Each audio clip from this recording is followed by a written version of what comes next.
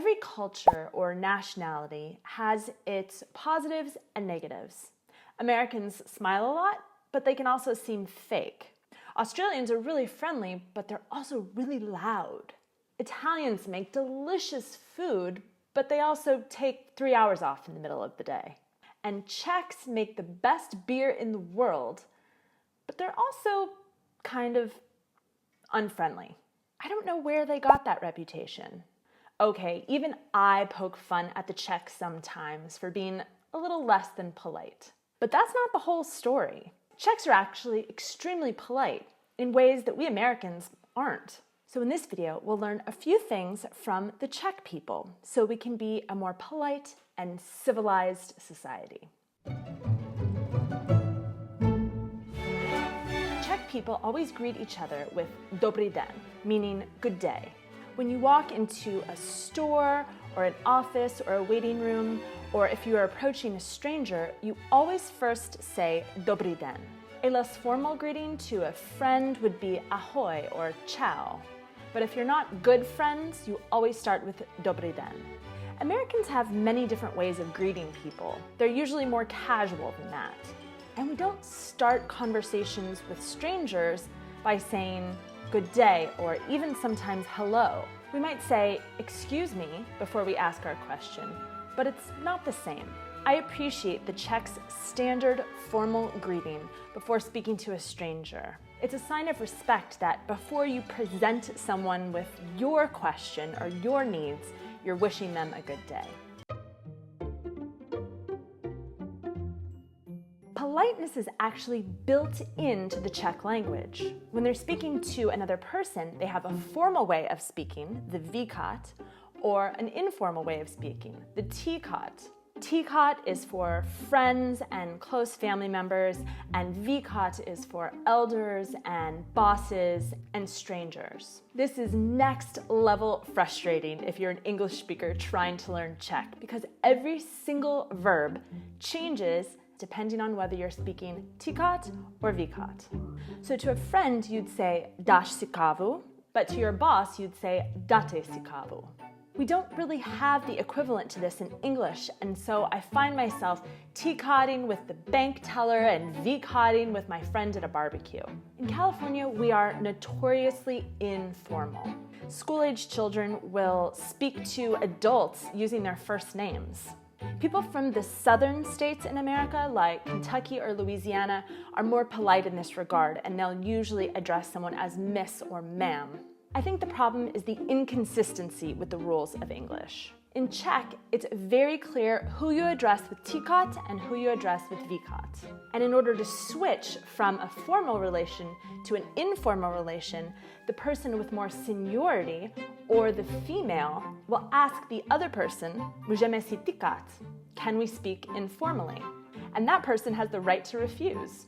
Now, the Czechs aren't going to get on your case if you're an English speaker trying to speak Czech about making a mistake. I do it every day. But I do appreciate the structure of politeness and the clear rules that's built right into the Czech language. Czech people give 2 kisses when they greet each other, and people from Silesia give 3. Just air kisses. I have never in my life gotten this correct. I usually go to the wrong side first, and then I end up bumping someone's face. My Slovak friend Phil will always tell me which side he's going to so I don't make a mistake. To me, sometimes this just seems excessive. When I go to a pub and meet 10 people, every single one of them will stand up and give me 2 kisses. And hopefully by the last person, I'll have gotten the rhythm right. I kind of hate this because I'm naturally shy and I don't like the attention of each person when I enter a room. I'd rather just walk up to a table of 10 friends and be like, "What's up? How's it going?" California. Some Americans have tried to adopt kissing when they go back to America, but it often seems to some Americans like they're just being pretentious and trying to pretend they're European. Americans also tend to hug each other, which I hate. We don't need to get that close.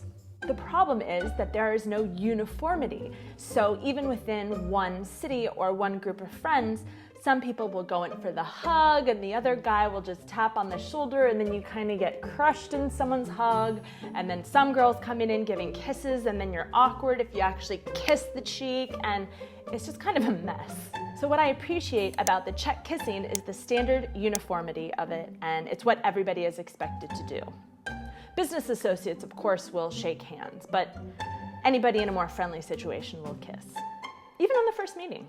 Even though it might seem excessive to kiss each person individually, it does show them some individual attention, which is nice. Czechs take off their shoes when they come home. I don't even think of this as polite anymore. I just think of it as sanitary. But I'm adding it to the list of things that I wish Americans would adopt, especially when we go to someone else's home. Czechs are very hospitable hosts, and they will immediately offer you coffee or tea when you come to their home or office. In America, we have a weird relationship with coffee. We treat it as fuel, something that we need to take with us at all times, just in case we run out of energy. In our homes, we will offer something to drink, but it's generally like water. In the southern states, they might offer iced tea or lemonade. But because we brew coffee, drip coffee in a big coffee maker, it's a bit much to offer coffee and then you'll have to make a whole pot for somebody. In my opinion, Czechs are much more civilized in their coffee drinking habits. They prefer smaller, higher quality coffee. Whereas Americans are walking around with this all day. Now, I did see a couple of Czech girls this morning with paper cups from Costa Coffee, disproving my point, and that is coming over here, that sort of disposable coffee culture, walking around with coffee mugs, that is coming here. But I do think Czechs are actually more inclined to sit in a cafe, drink from a ceramic or a glass cup, and read the newspaper or speak to a friend. On that topic, it's very rare to see Czechs walking around the streets eating food, or definitely not on the metro, like eating a sandwich. American cars are outfitted with multiple cup holders and places to put food because it seems like we're always eating and moving. Where's everybody going with food hanging out of their face? Let's slow down like the Czechs and eat food at a table and drink a cup of coffee at a table, and then we can go about our business in a civilized manner. Praguers have some unwritten rules of civility when it comes to public transportation. And the first clue that you're a tourist is that you break one of these unwritten rules, so listen up. First, when the bus, tram, or metro arrives, you don't enter immediately. You stand to the side as the doors open, wait until the passengers all get off, and then you are free to get in. Number two, always keep your eyes out for elderly people, pregnant women, mothers with small children, people carrying large bags, and disabled people. If you see one, immediately give them your seat. I'm always heartwarmed when I see a group of teenagers who seem oblivious to the world around them, and then when an old lady gets on the bus, they immediately get up from their seats and let her sit. If you see a mother pushing a stroller, be aware of where she's trying to maneuver that stroller. There are a lot of stairs to get into metros or onto trams, and she needs help picking up that stroller to help her onto the tram. Czechs are always aware of this, and it's rare that I see a woman struggling to lift a stroller on her own. Americans are not oblivious to the needs of other people, but most of the United States has a car culture, and when you're in your car, you are just oblivious to the actual human beings in the other cars. And I talked a lot about that in this other video if you're interested in watching. But basically, we turn into jerks when we're behind the wheel. We become really self-centered and unaware of the needs of the people around us. So we will cut people off in traffic. We won't use common etiquette like our turn signals, even though those are the rules of the road. So I really think if Americans were in more of a public transportation setting, they would be more aware of these things. But when tourists come here, they are just kind of oblivious to the fact that this is a city where people live, and there are certain residents in our city who need a little bit more help. Czechs are also very quiet on public transportation. They'll read books, look at their phone. sometimes listen to podcasts, but they're not making noise. And if you hear someone's voice loud enough to understand it, it's generally a tourist. In California, we mostly drive cars, and there's a lot of traffic, so the cars aren't moving very fast. And people blast their music. It's like you hear your favorite song and you want the entire boulevard to hear it too. But that guy has a different favorite song than that girl. And so there's just noise all around you. And it's just so incredibly rude and self-centered. I like to listen to loud music as much as the next person, but when you're living in a large city with a lot of people, just try to keep it down. Czechs have a lovely and very persistent habit of wishing you the equivalent of bon appetit every time you eat something. In Czech, they say dobro chuť, which means good taste. Dobro chuť. But they don't just do it at fancy restaurants. They do it the minute you put something in your mouth, even if they're just passing by. Dobro chuť. We Americans don't really have the equivalent of dobro chuť in English. And the French bon appetit seems a little highfalutin. It's like what a waiter says to you at a fancy restaurant. I think it's nice, maybe a little excessive, to wish someone good taste every time they eat something. Dobro chuť. In general, the Czechs that I've worked with take a real lunch break at work. And they go into the kitchen or to the lunchroom to eat. They don't just sit at their desk and drop crumbs all over the keyboard.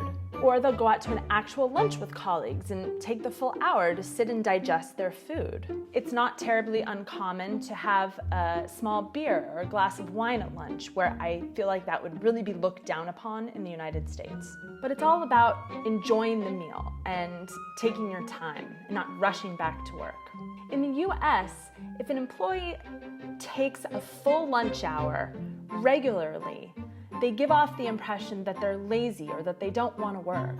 And if you eat lunch at your desk, or even better, if you skip lunch altogether, that can be interpreted as hardworking and dedicated to your job.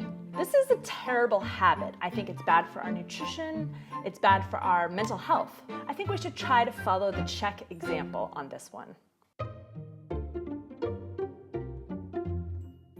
Czechs will never miss an opportunity to toast with you when an alcoholic beverage is present. And they have a very specific way of doing it. Follow these steps exactly, or you'll be cursed with 7 years of bad sex, apparently. First, you look your friend in the eye. You say, na zdraví, which means to your health. You clink beer glasses, you put the beer glass down on the table, and then you drink.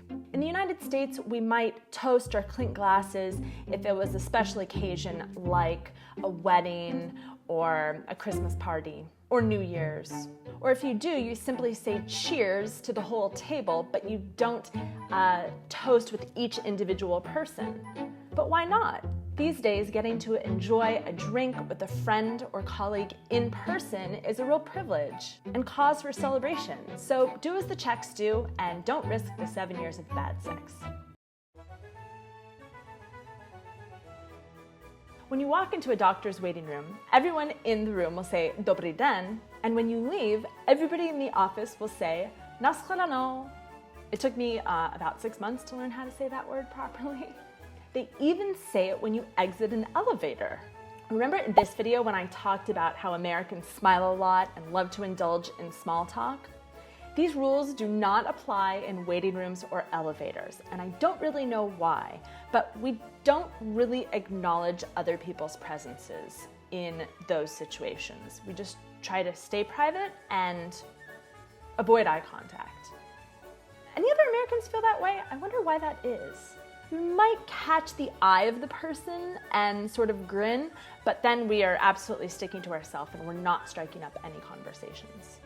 Czechs also say na shledanou every time they exit a shop. So in the United States, when we leave a shop, even if we didn't buy anything, we'd say thank you, but not goodbye. Goodbye is like the end of a conversation, whereas we didn't really have any other words. Anyway, the Czechs will say dobrý den at the beginning and na shledanou as they leave, even if those are the only words that were spoken. And if you can't quite pronounce that, I understand. It took me about 6 months to do it. You can just say na shla, Naschle. So I think these observations really disprove the idea that Czechs are impolite. They're very polite, more so than Americans, just in different ways that we aren't quite used to. And I think Americans could learn a lot from these examples, and I would love it if we could adopt some of them into our culture. So what do you think? Did I leave anything out? Have you ever traveled to a country where they did something that was surprisingly polite? Let me know in the comments below. Tak čau! Uvidíme se příští týden. Ahoj!